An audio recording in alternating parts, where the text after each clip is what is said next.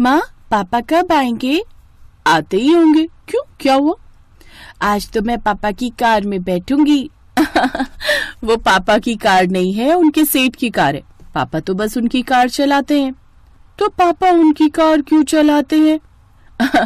पापा सेठ की कार चलाते हैं तभी तो उन्हें पैसे मिलते हैं, और फिर उन पैसों से गुड्डी के लिए खिलौने आते हैं। समझी? अर्पिता ने अपनी छोटी सी बेटी को बड़े प्यार से समझाते हुए कहा। गुड्डी और अर्पिता बात कर ही रहे थे कि तभी घर के पास से कार के हॉर्न की आवाज आई। पापा आ गए, पापा आ गए। अरे अरे, आराम से गुड्डी, चोट लग जाएगी। नहीं लगेगी, मैं तो पापा के पास जा रही हूँ। गुड्डी कार के पास पहुंचकर रुक गई। वाह, कितनी प्यारी गुड़िया है ये। पापा, ये मेरे लिए है। हाँ, ये प्यारी सी गुड़िया मैं अपनी प्यारी सी गुड़िया के लिए ही लेकर आया हूँ। पापा, आप सबसे अच्छे हो। माँ देखो, पापा मेरे लिए गुड़िया भी लाए हैं और मिठाई भी। अरे हाँ, ये तो सच में बहुत प्यारी है। माँ, मैं अपनी सहेलियों के पास जा रही हूँ, उन्हें अपनी गुड़िया दिखाऊंगी। हाँ, पर आराम से जाना और जल्दी आ जाना।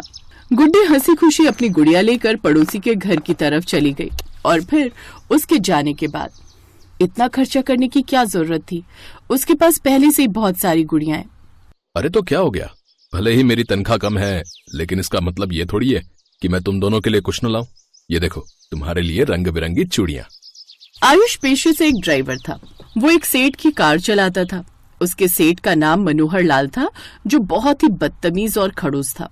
वो आयुष को ना तो अच्छी पगार देता और ना ही उससे ढंग से बात करता।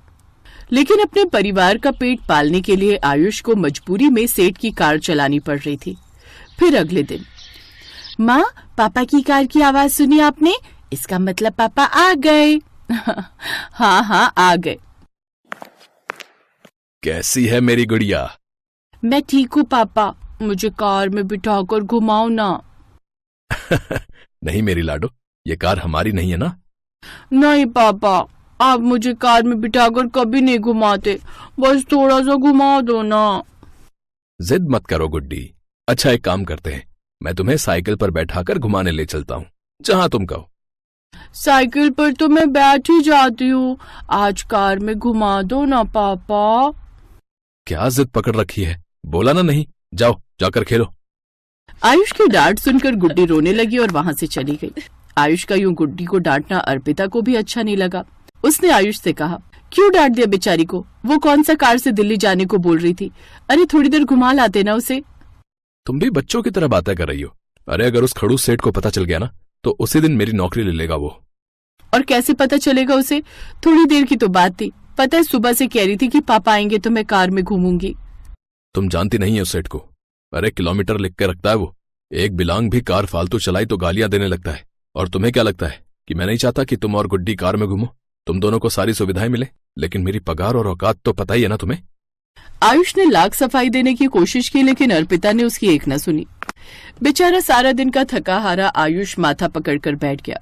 इसी तरह कई दिन बीत गए, लेकिन गुड्डी ने दोबारा कभी कार में बैठने की जिद नहीं की। और फिर एक दिन जब आयुष सुबह सुबह सेठ के पास जाने के लिए तैयार हो रहा था, तभी उसे गुड्डी के चीखने की आवाज आई। हे भगवान, ये क्या हो गया गुड्डी? गुड्डी तो ठीक तो है ना? गुड्डी और अर्पिता के रोने की आवाज सुनकर आयुष सीढ़ियों की तरफ भागा तो देखा कि गुड्डी के सिर से खून बह रहा था। उसने झट से गुड्डी को अपनी गोद में उठाया और सड़क पर आकर ऑटो वाले को आवाज देने लगा, लेकिन कोई भी ऑटो वाला नहीं रुका। और तब, हे भगवान, अब मैं क्या करूं? गुड्डी, आंखें खोलो, आंखें खोली रखना बच्ची, मैं कुछ करता हूँ। ऑटो, भैया रोको ना।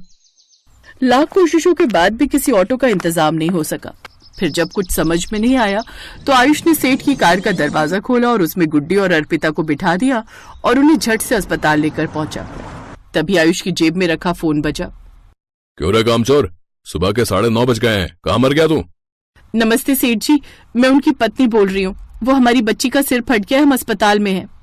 हाँ ठीक है, तुम हो ना वहाँ, तो उसे बोलो जल्दी कार लेकर आए, मुझे कहीं जाना है। जी, वो आ जाएंगे बस 2 मिनट में। 2 मिनट में कैसे आएगा? वो हम लोग कार से ही अस्पताल आए हैं और आपका घर यहाँ से ज्यादा दूर भी नहीं है। क्या कहा? तुम फटीचर लोग मेरी कार में मजे लूट रहे हो? फोन दे आयुष के बच्चे को, आज तो मैं इसे नहीं छोड़ूंगा। अपनी औकात भूलकर कार के मालिक की तरह परिवार को घुमा रहा है। फोन दे उसे। फोन की आवाज लाउड थी। आयुष ने सब सुन लिया था। उधर अर्पिता की आंखों में आंसू थे। उसे आज पता चला था कि उसका पति अपने सेठ से कितना परेशान था और वो सेठ कितना घमंडी और बुरा आदमी था। थोड़ी ही देर में गुड्डी के सिर पर पट्टी बांध दी गई और उधर सेठ अस्पताल में ही आ धमका और उसके गाल पर एक जोर का थप्पड़ मारते हुए बोला, जितनी तनख्वाह है ना तेरी, उससे ज्यादा खर्चा कार की ये गंदगी साफ करने में ही हो जाएगा। अरे सुन, कल से काम पर आने की कोई जरूरत नहीं है, समझा? आयुष कुछ न बोला, लेकिन अर्पिता की आंखों में आंसू थे। ऐसे कई दिन बीत गए। गुड्डी ठीक हो गई थी और आयुष अब सब्जी का ठेला लगाने लगा था। माँ, मुझे पिज्जा खाना है। क्या खाना है? ये तूने कहाँ से सुन लिया? वो पिंकी के घर पर थोड़ा सा खाया था मैंने, उसकी मम्मी ने मंगवाया था। अच्छा, कैसा था वो? बहुत ही मस्त। अगर मेरे पास पैसे होते ना तो मैं तो उसे रोज खरीदती। पिंकी उमा की बेटी थी और उमा एक बहुत ही अच्छी कंपनी में काम करती थी। गुड्डी की बात सुनकर अर्पिता उसी शाम उमा के घर गई और फिर, दीदी वो आपने गुड्डी को पिज्जा खिलाया था ना, उसके लिए आपका धन्यवाद। वो आज फिर खाने को बोल रही है। मुझे ये पूछना था कि वो पिज्जा कहाँ से मंगवाती हो आप? नहीं, कहीं से मंगवाया नहीं था, वो तो मैंने घर पर ही बनाया था। आओ मैं सिखाती हूँ तुम्हें। उमा अर्पिता को पिज्जा बनाकर दिखाने लगी। उसने सबसे पहले रेडीमेड पिज्जा बेस लिया और उस पर सॉस और टॉपिंग लगाकर उसे ओवन में पकने रख दिया। दीदी, अगर ये इतनी मोटी वाली रोटी ना मिले तो? अरे ये रोटी नहीं है, ये पिज्जा बेस है, दुकान से मिल जाता है।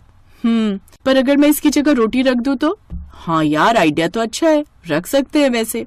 और अगर ये मशीन ना हो तो तवे पर रखकर उसे ढककर भी बन जाएगा शायद, लेकिन ये सॉस और चीज तो चाहिए ही। अर्पिता ने ध्यान से उमा की बात सुनी और वहां से चली गई। वो बाजार से पिज्जा सॉस और चीज लेकर आई और फिर उसने अपनी रसोई में रोटी पिज्जा बनाने की कोशिश की। थोड़ी ही देर में बहुत ही लजीज रोटी पिज्जा बनकर तैयार था। वाह माँ, क्या बात है, बिल्कुल उस दिन जैसा स्वाद है। हाँ अर्पिता, कसम से बहुत ही बढ़िया बना है। पता है तुम्हें, इस तरह का पिज्जा बाजार में 100 रुपए से कम में नहीं आता है। आयुष की बात सुनकर अर्पिता कुछ सोचने लगी और फिर अगले दिन अर्पिता ने रोड के किनारे एक ठेला लगाकर रोटी पिज्जा बनाना शुरू कर दिया। धीरे धीरे उसके हाथों का स्वाद बढ़ता गया और लोग उसके हाथों का रोटी पिज्जा खाने लगे। वो बाजार से बहुत सस्ते में रोटी पिज्जा बेचने लगी। देखते ही देखते 2-3 साल और बीत गए और फिर एक दिन, पापा मुझे कार में घुमाओ ना। कार? कौन सी कार बेटा? वही जो बाहर खड़ी है, एकदम नई कार। माँ ने कहा है कि वो आपकी है। इतना सुनते ही आयुष भागकर बाहर आया। घर के बाहर वाकई एक बहुत ही बढ़िया और ब्रांड न्यू कार खड़ी थी और अर्पिता के हाथ में उसकी चाबी थी। लो जी, आपको आपकी खुद की कार मुबारक हो। अब तो हमें घुमाने ले जाएंगे ना? कार देखकर आयुष की आंखों से खुशी के आंसू छलक आए। पापा, अपनी कार से सबसे पहले माँ के ढाबे पर चलो, वहाँ बैठकर आराम से रोटी पिज्जा खाएंगे।